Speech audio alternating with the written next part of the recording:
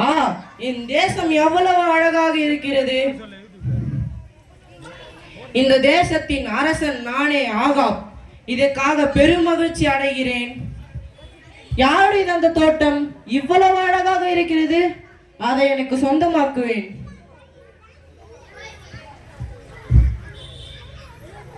யார் நீ?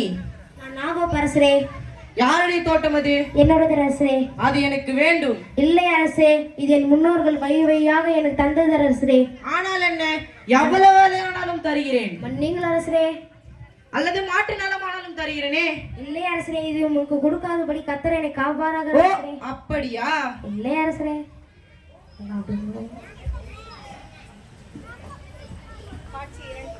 அந்த அங்க பேசுறாங்க வேற குறா மைக் வேற குறாங்க பேசுறவங்களுக்கு அது எடுத்து கொடு கையில. அரசே, அரசே, நீரே இன்னும் உணவு உண்ணாமல் இருக்கிறீர்? அரசே, என்ன சொல்? என்ன செய்கிறீர்கள்? அந்த நாபோத் அவனது நிலத்தை விலைக்கு கேட்டு மறுத்து விட்டான். நீர் இஸ்ரவேலின் ராஜா. நீர் ஒரு கட்டளையிட்டால் அந்த நிலம் உமக்கு சொந்தமாகும். நீர் எழுந்து சாப்பிட்டு மகிழ்ச்சியாயிரும். இஸ்ரவேலின் ராணி யெசபேல் ஆகிய நான் அந்த நிலத்தை உமக்கு சொந்தமாக்குவேன். சரி யெசபேல்.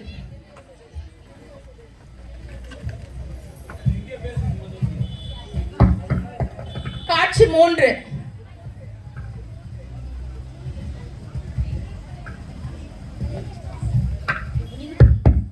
யார் அங்கே?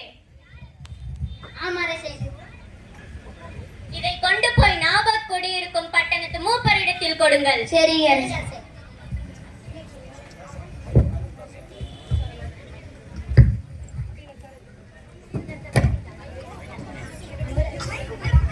காட்சி 4. காட்சி 4. பட்டயம் கொடுக்கப்பட்டது. மூப்பரிடத்துக்கு கொடுக்கப்பட்ட அரசு உங்களிடம் கொடுக்க சொன்னார். ஹலோ ஹலோ ஹலோ ஹலோ இதை படித்து பாருங்கள். ஓஹோ, அப்படியா? அவன் பெரிய தவறு எதுவும் செய்யவில்லையே. நமக்கு என்ன வந்தது? நாம் அரசியலின் கட்டளை நிறைவேற்றும். யார் அங்கே? காட்சி 5. யெசபேல் அரசியின் சதி திட்டத்தால் நாபோத் கொல்லப்பட போகிறான். நாபோத்தை கல்லை எறிந்து கொல்லுங்கள். அந்த மைக் ஊத்தாவே பேசுறீங்க. ஏன் எக்ஸ்ட்ரா மைக் ஊத்தா பேசுறேன் புரியும். மைக்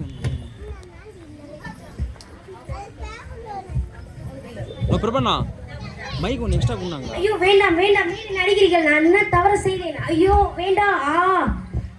தேவனே இறங்க மாட்டீங்களா? ஐயோ அம்மா.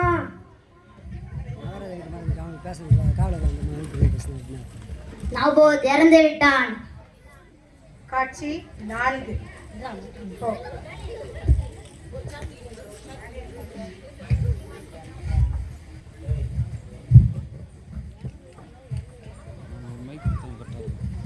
ஐயோ, நாபோத் கொல்லப்பட்டானா? தெரியவில்லையே. குண்ணா குண்ணா குண்ணா மைக் கொடுத்து விட்டுருங்க. யார் அங்கே? சொல்லுங்க அரசி. நாபோத் கொல்லப்பட்டானா? ஆமா அரசி. செல்லுங்கள். காட்சி 5. அரசே, அரசே, உமக்கு ஒரு மகிழ்ச்சியான செய்தி. என்ன செய்தி? சொல்.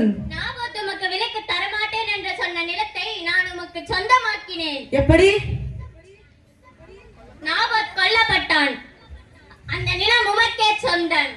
நல்ல செய்தி. அந்த நிலம் எனக்கே சொந்தம், எனக்கே சொந்தம். வா, நாம் சென்று நம் நிலத்தை கண்டு வருவோம். தீர்க்கதரிசி எலியா.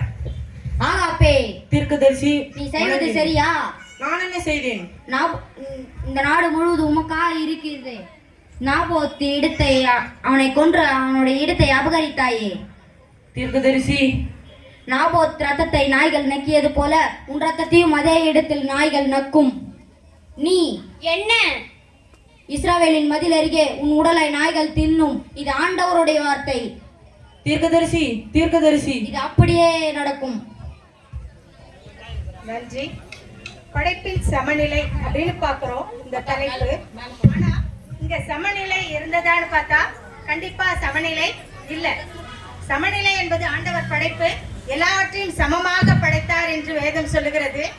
ஆண் என்றும் பெண் என்றும் ஏழை பணக்காரன் உயர்ந்தவன் தாழ்ந்தவன் என்ற எந்த ஒரு பாகுபாடும் இல்லாம கர்த்தர் படைத்தார்.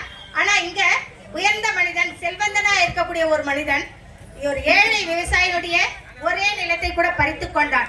இந்த இடத்துல சமநிலை என்பது இல்லாமல் போயிடுச்சு. இப்ப இருக்கிற காலகட்டமும் நம்முடைய நிலை இந்த நிலையில தான் இருக்கு என்பதை உணர்த்தும்படியாய் இந்த நாடகம் இருந்தது. நன்றி.